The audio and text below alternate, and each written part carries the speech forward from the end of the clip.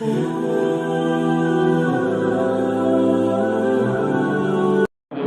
السميع العليم من الشيطان الرجيم.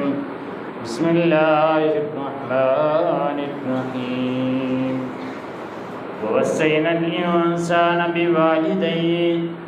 بوالديه إحسانا حملته أمه كرها ووضعته كرها وحمله وفصاله 30 شهرا. اللهم صل على محمد وعلى آل محمد كما صليت على إبراهيم وعلى آل إبراهيم إنك حميد مجيد. اللهم بارك على محمد وعلى آل محمد كما باركت على إبراهيم وعلى آل إبراهيم إنك حميد مجيد. سبحانك لا علم لنا إلا ما علمتنا إنك أنت العليم الحكيم. اللهم انفعنا بما علمتنا وعلمنا ما ينفعنا وزدنا علما. رب اشرح لي صدري ويسر لي أمري واحلل عقدة من لساني يفقهوا قولي. رب زدني علما رب زدني فهما رب زدنی عملا. حمد و ثنا اللہ وحدہ لا شریک کے لیے، درود و سلام حضرت محمد رسول اللہ صلی اللہ علیہ وآلہ وسلم کی ذات پر. محترم سامعین، اسلام ایک ایسا دین ہے کہ اس نے ہماری ہر معاملے میں رہنمائی کی ہے. اسلام نے ہمیں اگر والدین زندہ ہیں تو ان کے ساتھ نیکی کرنے کا حکم دیا، اور یہ اتنا اہم معاملہ بھی ہے کہ اللہ تعالیٰ نے قرآن مجید میں اپنی توحید اپنی ربوبیت کے بعد جس نیکی کا ذکر کیا ہے وہ والدین کے ساتھ اچھا سلوک کرنا. پہلے سپارے کے اندر اللہ رب العزت فرماتے ہیں وَقَضَىٰ رَبُّكَ أَلَّا تَعْبُدُوا إِلَّا إِيَّاهُ وَبِالْوَالِدَيْنِ إِحْسَانًا، کہ تمہیں اللہ رب العزت نے فیصلہ کر دیا ہے کہ عبادت کرنی ہے تو ایک اللہ رب العزت کی کرنی ہے، اور والدین کے ساتھ اس نے سلوک کے ساتھ پیش آنا. قرآن مجید پہ کئی مقامات پہ اللہ رب العزت نے والدین کی عظمت، ان کی اہمیت، ان کی شان کا تذکرہ کیا. ایک مقام پہ اللہ رب العزت فرماتے ہیں وَلَا تَقُلْ لَهُمَا أُفٍّ وَلَا تَنْهَرْهُمَا وَقُلْ لَهُمَا قَوْلًا كَرِيمًا. اگر والدین زندہ ہیں تو ان کو اف تک نہیں کہنا، جھڑکنا نہیں، ان کو ان کے ساتھ بات کرنی ہے تو عزت والے لہجے کے ساتھ بات کرنی. کئی اللہ رب العزت فرماتے ہیں کہ ان کے لیے دعا کیا کرو وَقُلْ رَبِّ ارْحَمْهُمَا کما ربیانی صغیرا، یا اللہ میرے والدین کے اوپر اسی طرح شفقت، محبت، رحمت کر جس طرح انہوں نے میرے چھوٹے ہوتے ہوئے میری پرورش کی. اتنی اہمیت والدین کے اللہ رب العزت نے قرآن مجید میں بیان کی. کوئی انسان ایسا بھی ہو کہ پیدا ہوتے ہی اس کی والدہ اس دنیا سے چلی گئی، اس نے اپنے والد کا چہرہ ہی نہیں دیکھا، تو وہ کیسے نیکی کرے اپنے والدین کے ساتھ؟ اس کو تو موقع ہی نہیں ملا خدمت کا. کیا وہ بھی اپنے والدین کے ساتھ نیکی کر سکتا ہے؟ کیا شریعت کا دین اسلام ہمیں اس بات کی ترغیب دیتا ہے؟ بالکل دیتا ہے. سلسلہ حدیث صحیح کی صحیح روایت ہے. علامہ البانی رحمہ اللہ فرماتے ہیں، انہوں نے اپنی کتاب کے ذریعے روایت لکھے ہیں، رسول اللہ صلی اللہ علیہ وسلم نے فرمایا مومن بندہ اللہ رب العزت کی ملاقات کو پسند کرتا ہے، اور اللہ رب العزت بھی مومن کی ملاقات کو پسند کرتا ہے. جب فرمایا جب مومن بندے کی روح آسمانوں پہ جاتی ہے، جنت کے اندر جاتی ہے، اس وقت جو پہلے سے روحیں موجود ہیں وہ اپنے سے بعد والے لوگوں کا حال پوچھتی. وہ روحیں پوچھتی ہیں کہ وہ فلاں بندہ جو دنیا کے اندر تھا وہ کیسا ہے؟ وہ کہتا ہے کہ وہ تو کب کا فوت ہو گیا۔ وہ کہتی ہیں اچھا فوت تو ہو گیا لیکن ابھی تک ہمارے پاس نہیں پہنچا۔ اس حدیث سے یہ ثابت ہوا کہ مومن روحیں اوپر جا کے ان کی ملاقات ثابت ہوتی۔ کتنی اچھی بات ہے اگر ہمارے والدین اس دنیا سے اگر فوت ہو گئے ہیں، اللہ رب العزت ان کی قبر کو جنت کا باغ بنائے۔ جن کے والدین اس دنیا میں نہیں رہے، جن کے ہیں وہ عزت قدر کریں ان کی۔ اگر کوئی مومن شخص فوت ہو، وہ اوپر جائے، جا کے اس کے والدین کو روح ملے، اس سے پوچھے کہ میری اولاد کیسی ہے، تو وہ کم از کم اچھے تاثرات تو دینے والا ہو۔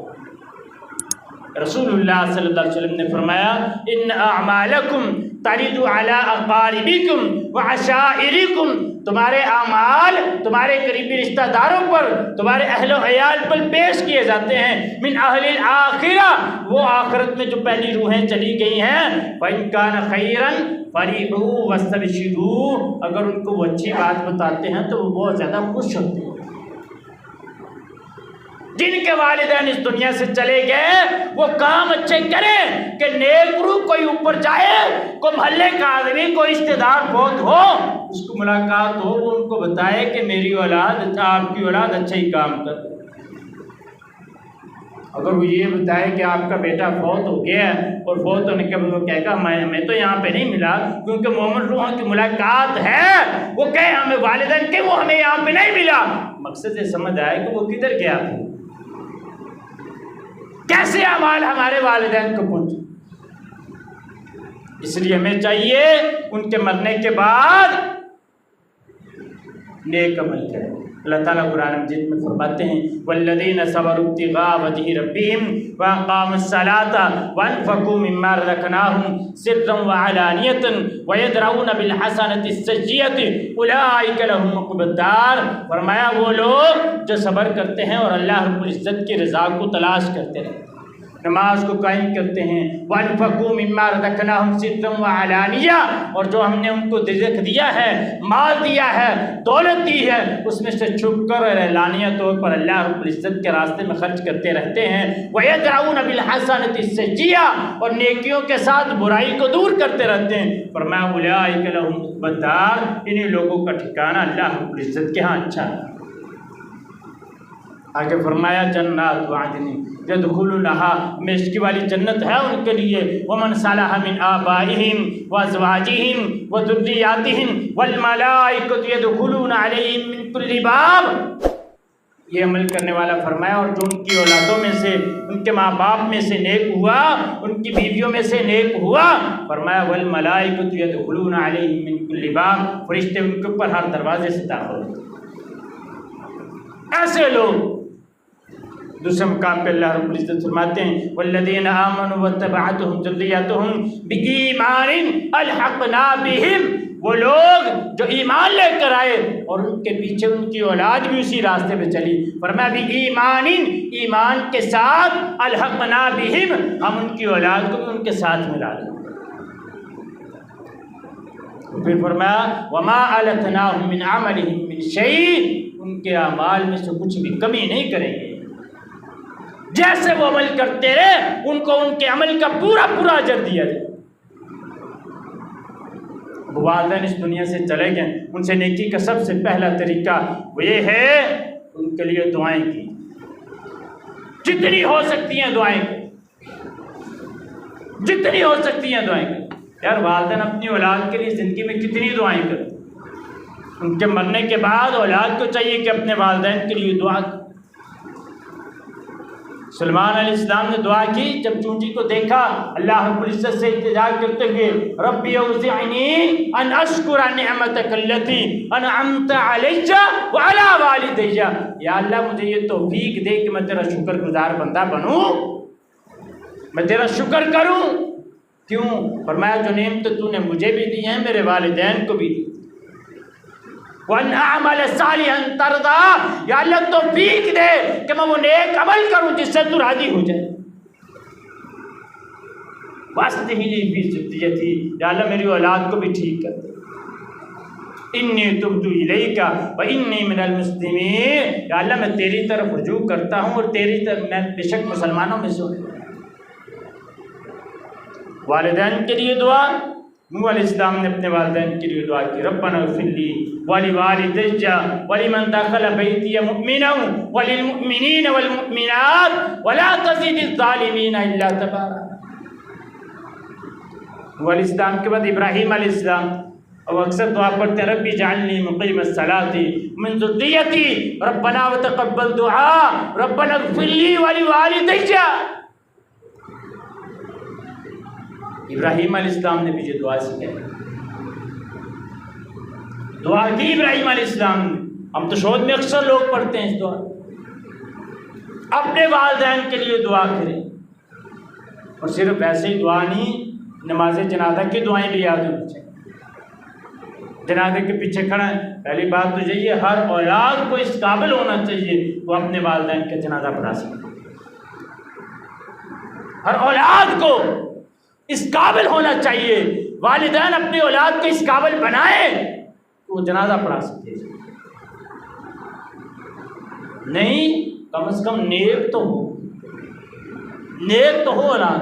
اس طرح کی اولاد تو نہیں ہونی چاہیے جو مولوی صاحب کو یہ کہہ رہے ہیں مولوی صاحب جنازے کی دعائیں تھوڑی سی چھوٹی پڑھنا تاکہ لوگ تنگ نہ ہوں پیچھے، اس کے والد کا جنازہ آگے پڑھو۔ اور اس طرح کی باتیں اپنے والدین کے لیے دعا کرنے پہ بھی راضی نہیں۔ دعا تو دور کی بات ہے، کفن دفن کا انتظام بعد میں شروع ہوتا ہے، پہلے اولاد رہ رہی ہوتی ہیں تو فلاں جائیداد کس نے لینی اور فلاں جائیداد کس نے لینی۔ اللہ تعالیٰ قرآن مجید میں فرماتے ہیں والذین جاؤوا من بعدهم یقولون ربنا اغفر لنا ولاخواننا الذین سبقونا بالایمان۔ مومنوں کی عادت یہ ہے کہ وہ دعائیں کرتے رہتے ہیں۔ مسجد کو جن اعمال کا فائدہ ہوتا ہے تین چیزیں ہیں، مرنے کے بعد تین چیزوں کا اجر مسجد کو پہنچتا رہتا ہے، ان میں سے یہ بھی ہے اور ولد صالح یدعو لہ، نیک اولاد ہو وہ اپنے والدین کے لیے دعا کرتی رہے، اس کے والدین کو اس کا بھی اجر پہنچتا ہے۔ رسول اللہ صلی اللہ علیہ وسلم نے فرمایا اذا صلیتم المسجد فاخلصوا له الدعاء، جب تم مسجد کے اوپر کھڑے ہو اس کے لیے خالص ہو کے دعا کرو۔ اولاد کو چاہیے اپنے والدین کے لیے ہمیشہ خالص ہو کے دعا کرو۔ اور بڑی سنتیں یاد ہیں، اللہ خیر کرے آج جانا مجھے عقیدہ توحید پہ آ کے اندر بس یہ ضروری ہے، بالکل ضروری ہے کہ اگے پہنچ خیال چلن دے جڑا کم چلتا۔ رسول اللہ صلی اللہ علیہ وسلم کی یہ بھی سنت ہے کہ اللہ کے نبی اپنی والدہ کی قبر کو اوپر گئے، یہ سنت ہے اللہ کے نبی۔ اللہ کے نبی نے فرمایا میں نے اللہ رب العزت سے اجازت مانگی کہ میں اپنے والدہ کی قبر پر دعا مانگوں، لیکن مجھے یہ اجازت نہیں ملی، لیکن اللہ رب العزت نے مجھے یہ اجازت دے دی کہ آپ اپنی والدہ کی قبر کی زیارت کے لیے جا سکتے ہیں۔ یہ بھی سنت ہے اللہ کے نبی کہ اپنے والدین کی قبر کے اوپر جایا کرو، دعا کیا کرو ان کے لیے جا۔ اب تو کئیوں کو قبروں کا نشان بھی بھول گئے، پتہ نہیں کتنے قبر سے مان کہاں قبر تھی باپ کی۔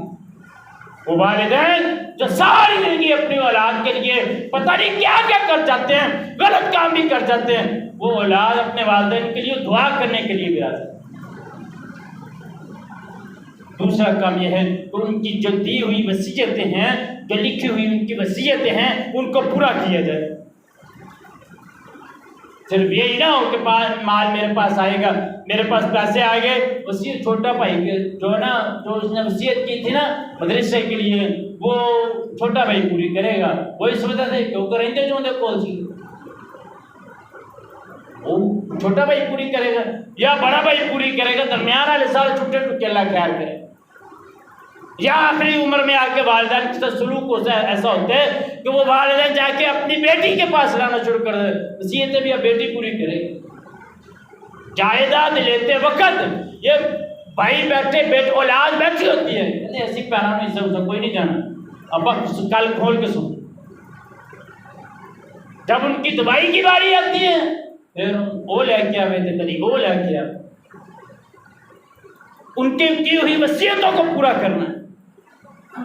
من بعد وصیۃ توصون بها او دین، وصیت کو پورا کرنا مسجد کی اس کا حق ہے، اور اگر والدین کی وصیت کی ہوئی ہے تو اس کو پورا کرنا تو بلاولا حق ہوگا۔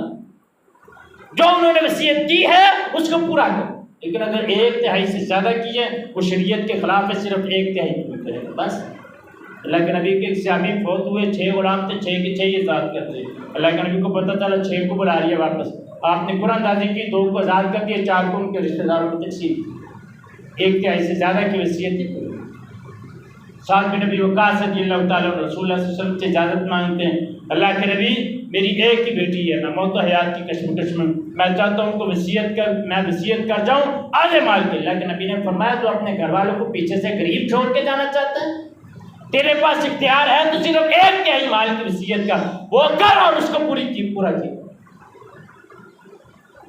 اب اللہ خیال کرے، سعودی عرب کے اندر آپ نے دیکھا ہوگا البیک ایک ہوٹل ہے، البیک، اللہ رب العزت سے دعا ہے کہ وہاں کی رونقیں بحال کر دے، تو لگتا نہیں خادمہ جڑے خادم حرمین شریف پہ آنے کو وہاں کی رونقیں بحال کرنا شروع کر، لگتا نہیں ہے، اللہ خیر کر، ان کی کوشش کوئی نہیں، لیکن اللہ رب العزت سے دعائیں ہم کر سکتے ہیں۔ وہاں البیک ہوٹل ہے، وہاں پہ آپ نے دیکھا ہوگا رش بہت زیادہ ہوتا ہے جو لوگ وہاں پہ گئے۔ میں نے وہاں پہ مدینہ یونیورسٹی میں گیا تو میں نے وہاں سے پوچھا، میں نے کہا یہ البیک ہوٹل میں کیا خصوصیت ہے، اتنا ہوٹل ہے وہاں پہ اتنا کیوں رش ہے؟ کہتا جی وہ جو ان کا والد تھا نا، والد وہ ہر روز جتنے اس کے ڈبے روز کے بکتے تھے نا اس میں سے 1 ریال ہر ڈبے کے بدلے میں 1 ریال صدقہ کرتا، اور پتہ نہیں کتنے گھروں کا راشن وہاں پہ اس طرح چلتا۔ کہتے جب وہ فوت ہوا تو اب کئی لوگوں جو جن کا راشن ہر مہینے کا لگا تو وہ سوچتے پتہ نہیں اب کیا بنے، اولاد نے آتے کیا کہ انہوں نے کہا ہمارا والد 1 ریال دیتا تھا، ہم دیں گے 2 ریال ہر ڈبے کے، اور اللہ کے فضل سے ان کا رزق نہیں کم ہوا۔ ادھر اولاد کی کوشش کیا ہوتی ہے، ابا 500 روپیہ رسید کہتا پتہ ساری زندگی سارا کمرہ ہی لیا، انہوں کی پتہ مولوی نہیں دیں کیوں نہیں دیں، مسجد میں دینے کے کیوں نہیں دینا، سانوں پتہ اسی دیں گے۔ اور یہ بات میں آپ کو کڑے کی کروں، باپ فوت ہوا 6 مہینے بعد 2 بیٹوں کی شادی تھی، انہوں نے خوب ڈھول ڈمکا کیے۔ ہمارے ایک قاضی صاحب ہیں بڑی محبت کرتے ہیں، مجھے کہتے میں نے ان کو کہا، میں نے کہا یار آپ کا والد ابھی فوت ہوا، آپ کو شرم نہیں آتی؟ کہتے لو جی لوکی کی کہنے گے سر پیو مرے سی تو سارا کچھ ہی کر دے، سن پیو مرے تو کچھ بھی نہیں کیتا شادی کو، یہ ہماری حالت ہے، آپ کے کالے کی بات ہے۔ کتنا افسوس ہے کہ کن کاموں پہ ہم پیسہ خرچ کر رہے ہیں۔ والدین کی کی ہوئی وصیت کو پورا کریں، اللہ رب العزت ان کے حاضر ہے، نیکیوں کا کھاتا انسان کے کھاتے میں تو آئیں گا۔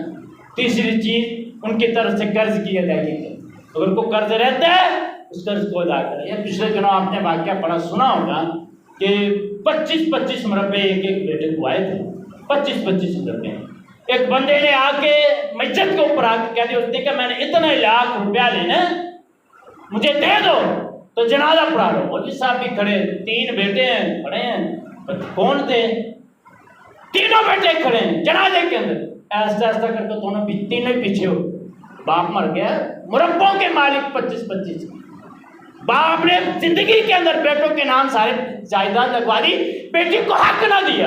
اس بیٹی کو کئی گھر میں اطلاع ملی کہ آپ کے باپ کا جنازہ رکا ہوا ہے، کسی نے پیسوں کا مطالبہ کر دیا۔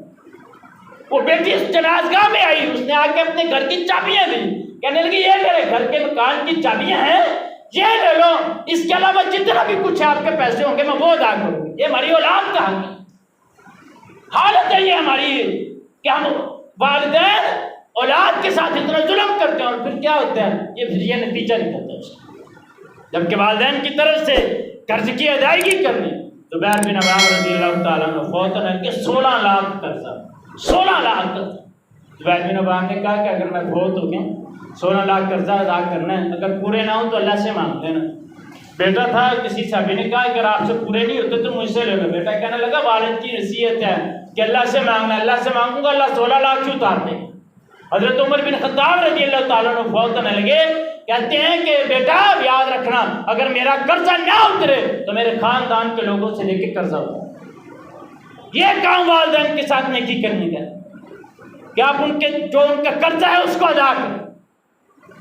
اگلا طریقہ فرضی روزے اگر ان کے رہ گئے تو ان کی طرف سے رکھیں۔ من ساما من مات وعلی صیام سامان ولی، ہمارے ایک شہر ہیں وہ کہتے ہیں کہ میرے پاس ایک بیٹا ہے، کہنا جی لو جی ہوں فرضی روزے رکھنے تھے، تسی جو کہو تو میں فدیہ نہ دے دیں۔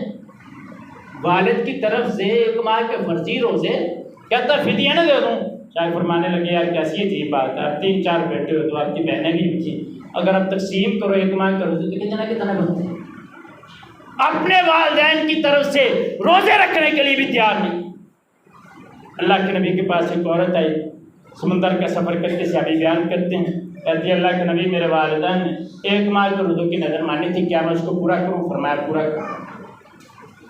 ایک دوسری روایت کے اندر ایک عورت آئی، اس نے کہا اللہ کے نبی میری ماں نے روزوں کی نظر مانی تھی، کیا میں اس نظر کو پورا کروں؟ آپ نے فرمایا ہاں اس کے روزے کو پورا کروں۔ اس سے اگلا طریقہ والدین کے ساتھ نیکی کا، صدقہ جاریہ کا۔ اعمال ممکن تو سارے ہو جاتے ہیں لیکن صدقہ جاریہ جاری رہتا ہے۔ اللہ کے نبی نے فرمایا اگر اولاد کوئی ایسا کام کرے کہ وہ صدقہ جاریہ ہو تو وہ اس کے والدین کو اس کا اجر ملتا رہتا ہے۔ صدقہ جاریہ میں کیا چیز؟ اللہ کے نبی کے پاس سے آپ آتے پوچھتے اللہ کے نبی میں اپنی والدہ کی طرف سے کوئی صدقہ کرنا چاہتا ہوں، فرمایا کہیں پہ پانی کا بندوبست کرو۔ یہ سب سے اچھا صدقہ جاریہ ہے۔ کسی کے گھر میں غریب کے گھر میں یار اگر کوئی غریب ایسا ہے جس کے گھر میں پانی کا بندوبست نہیں، پانی کا بندوبست کروا دیں، نلکا لگوا دیں، ان کو پمپ لگوا دیں، کوئی ایسا پانی کا بندوبست کروا دیں۔ یار ان کے گھر میں فلٹر کا پانی نہیں ہے، کسی بیوہ عورت کے گھر میں لانے والا بھی کوئی نہیں، کسی رکشے والے کو کہہ دیں یار روز کے 50 روپے ہیں دے دیں، اللہ رب العزت تیرے مال میں برکت دے گا، تو سوچ بھی نہیں سکتا۔ اپنے والدین کی طرف سے یہ صدقہ جاریہ کو پانی کے بندوبست کرواؤ جہاں پہ بھی۔